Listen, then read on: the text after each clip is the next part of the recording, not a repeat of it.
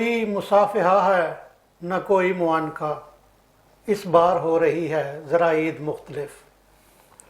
नाज़रीन इकराम, वक्फे के बाद हम एक दफ़ा फिर स्पेशल ट्रांसमिशन के साथ हाज़िर हैं और ईद की ये ट्रांसमिशन जारी है। इसमें हमने इससे पहले आपसे दो मेहमानों की मुलाकात करवाई और अब हमारे साथ अकमल अशरफ है और मैं हूँ और ईद का दिन है और ईद के हवाले से हम बात कर रहे हैं। तो ये ईद पिछली ईदों से काफ़ी मुख्तलिफ है। बिल्कुल जी, तो इस हवाले से अकमल, आप क्या तब्दीली महसूस करते हैं? पिछले जो आपने भी 20-25 ईदें देखी होंगी और ये जो पिछले साल और इस साल ईद आई है, इसमें क्या फ़र्क आपको महसूस होता है? जी नाजरीन, जो पिछले 25 सालों से हम लोग ईदें गुजार रहे थे वो ईदें बहुत खूबसूरत थी, उसमें बहुत ईदें हैं हमारी। लेकिन ये जो साल और इससे एक साल पहले जो ईद गुजरी, ये जो अमूरी वायरस जो एक चला है कोरोना के नाम से, इसने ईदों को बहुत ज़्यादा डिस्टर्ब कर दिया है। हम उस तरीके नहीं मना पा रहे क्योंकि इस बारे में डॉक्टर भी और जिन्हें भी तजिया कर ये रोकते हैं जो आपस में मिले ना, मुसाफा ना करें। हुकूमत ने पाबंदियां लगा दी है। वो बड़ा आजकल वो वायरल हो रहा है। हमारी वजीर फरदौस आशफान ने जो एक बहुत अच्छा इस ईद वाले से भेजा है, हदानामा जारी किया। बिल्कुल ऐसे ही है। तो इस वजह से क्योंकि पहली ईदों में हम लोग चले जाते थे, पार्कों में चले जाते थे, लेकिन अब क्या है, पिछली और इस ईद में, पिछली फिर भी थोड़ा सा रिफ था, लेकिन इस ईद में तो बिल्कुल नहीं। हुकूमत ने मुकम्मल बंद की है इन सारी चीजों को। ये एक हमारे भी बेहतरी है क्योंकि सेहत होगी तो बाकी सारा काम। तो इस वजह से पहली ज्यादा याद आई है इस ईद को देखते हुए। बिल्कुल, तो ये वजह ये दूसरी ईदों से ना बहुत मुख्तलिफ दफा नजर आए। सब घरों में बार बार डॉक्टर भी हिदायत कर रहे हैं, मीडिया पे बार बार बताया रहा है, लेकिन हमारे जो अवाम है ना समझ नहीं रहे या समझ नहीं रहे या सब तो रहे हैं, लेकिन वो अपनी हाथ से मजबूर है। बाहर निकलते हैं ईद पे, बारबेक्यूज वगैरह ये सारी चीजें कर रहे हैं वो लोग, तो मजबूरन उनकी कोशिश ये होती है हम निकल ही जाए बाहर वाले से। बिल्कुल, वो मिल के होती थी ईद भी दिवाली भी। बिल्कुल, अब ये हाथ हैं कि डर के गले लगते हैं। तो ये हालात इस तरह के हो गए हैं। रवायात जाहिर है सदियां लगी हैं रवायात बनने, लेकिन हाथ और सामने हाथ हो जाते हैं कि देखते ही देखते वो सब तब्दील हो जाता है। तो इस हवाले से आप अपनी ईद की कोई याद शेयर करें, अच्छी याद। आपने कभी ईद का डाला किसी को? ईद का मुझे शायद याद है कि एक आधी दफा डाला बचपन में कहीं, क्योंकि अब था, लेकिन हम थोड़े से बड़े हो तो ये सारी चीजें ना खत्म हो गई थी, मोबाइल्स आ गए थे, तो इस वजह पे और व्हाट्सएप तो मैसेज फिर भी मैसेज हो जाता, अब मैसेज भी नहीं, अब एक स्टेटस लगा देते हैं सबको मिल के, जितने नंबर तो होंगे तो उसके पहुंच जाता है। लेकिन जो वो कार्ड लिखने का मजा था, वो लुत्फ था और वो मोहब्बत थी जो, क्योंकि आपको लिखते थे उसको इंतजार होता था कि मेरे ये कहीं से ईद का आएगा, मेरी ईदी आएगी। ये सारी चीजें बहुत ज्यादा ये टेक्नोलॉजी के साथ मिस करते हैं हम लोग चीजों को। ये तो है। चलो फिरने का या होटल का तो नहीं, लेकिन अपने घर में ईद पे खुसन सेवइयाँ होती है इस किस्म का, ये तो जाहिर है घर में हम कर ही सकते हैं। मीठी ईद पे आपका पसंदीदा पकवान कौन है? ईद पे मैं तो खाता हूँ अपनी अम्मा जी के हाथ की फेना, मुझे बहुत पसंद है और मेरी कोशिश ये है कि मैं वो खाऊं, मैं किसी से बिल्कुल नहीं खाता, मुझे बहुत पसंद है और खासतौर पे अम्मा जाना है तो फिर तो क्या आदत है इस चीज़ की, बस मुझे इसके अलावा कोई।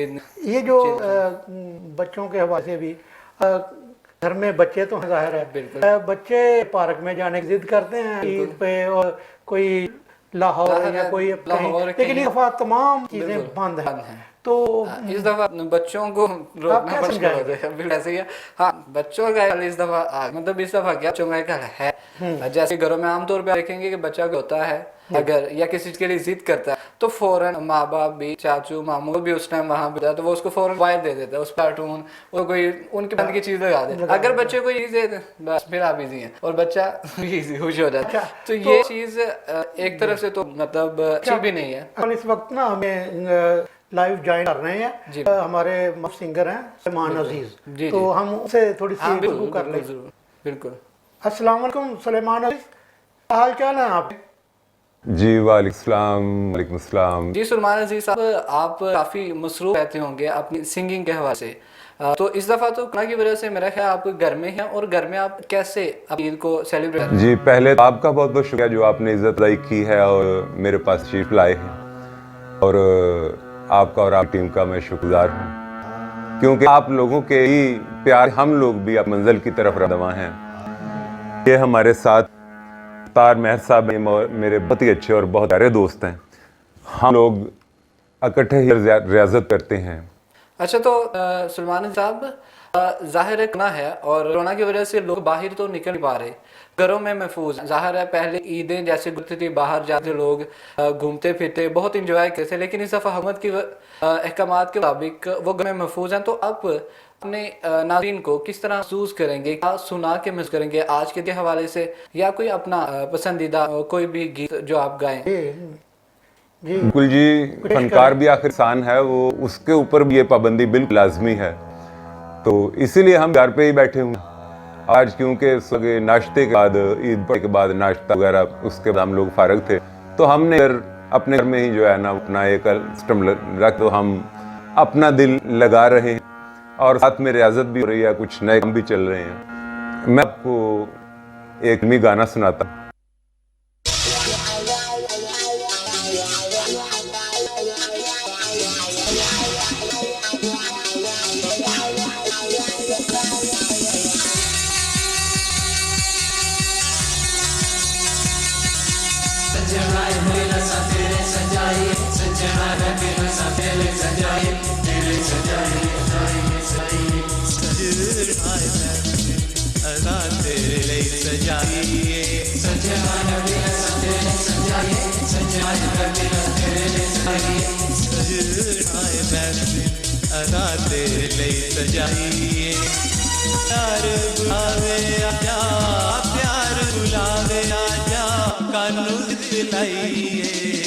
सजना महफिल असा तेरे लिए सजाइए, सजना महफिल असा तेरे लिए सजाइए।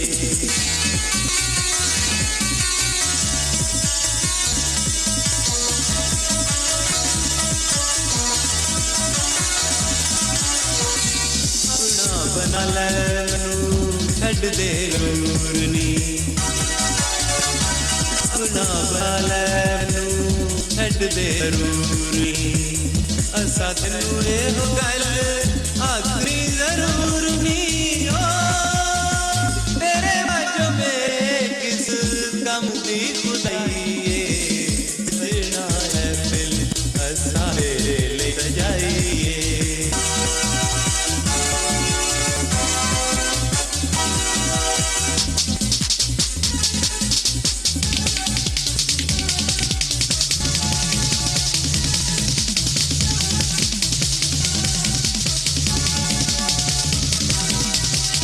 हर वेले दिल नू ख्याल तेरा रहना है, हर वेले दिल नू ख्याल तेरा रहना है, मैनू कर प्यार में जमाना सारा कहता है, तेरे यार सुन मेरे दिल दी दुहाई, सजना मैं दिल असा तेरे सजाइए।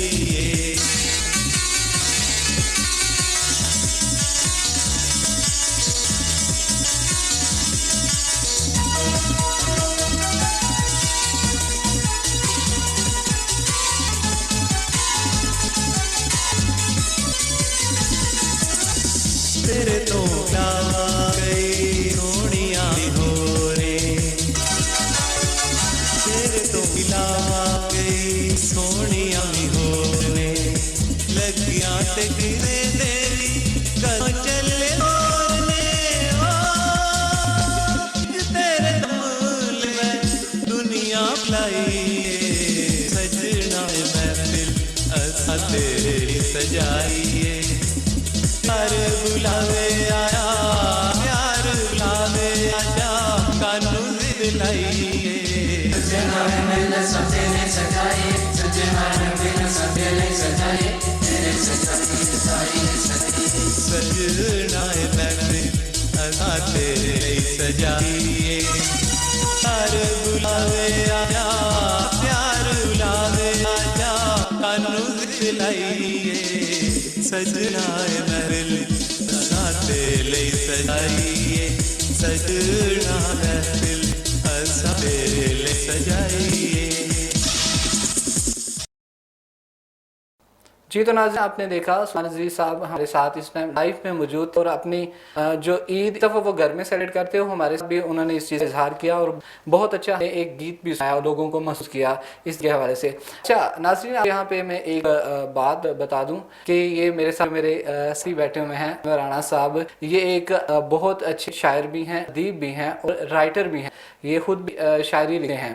आपने इनसे अभी वेलकम के बाद 2 अशार सुन लिए, लेकिन यहाँ पे ये बात क्लियर करके खुद भी लिखते हैं, तो हम इनसे इनके कुछ लिखे हुए अशार ज़रूर सुनेंगे इस गुफ्तगू के दौरान। जी अच्छा, तो मैं शहादत सुनाने से पहले ना आम लोग की, आपने भी ये नोट किया होगा, ये होता कि मैंने बहुत सालों से ये देखा है कि ईद होती थी, ईद का नमाज पढ़ते थे लोग और घरों में सोते थे बिल्कुल ऐसे ही। और सो जाते थे। अक्सर लोग, बेशतर लोग वो घरों सो के दिन गुजारते सो दिन गुजारते बिल्कुल थे। ऐसे। अच्छा, अब जब के हुकूमत और मीडिया और डॉक्टर कह रहे हैं कि कि आप मैंने- लोगों ने घरों में रहना है, तो लेकिन लोग अब- घर निकलने के लिए अब वजीद निकल- हैं। बिल्कुल ऐसे। अब उन्हें शायद नहीं आ रही है, क्या वजह है? लेकिन आपका ये एक फितरी अमल है। हमने हुकूमत के इस चलना है, हम जो भी अहकाम जाती है हम उसके दूसरी तरफ चलते हैं। आप पहले देखें लॉकडाउन लगा जी, हुकूमत ने जी घरों में रहे जी, उतना ज्यादा बाहर नजर आता है। हुकूमत ने कहा बाहरों में नहीं जाना, बाहर में उससे ज्यादा नजर आ रहा था।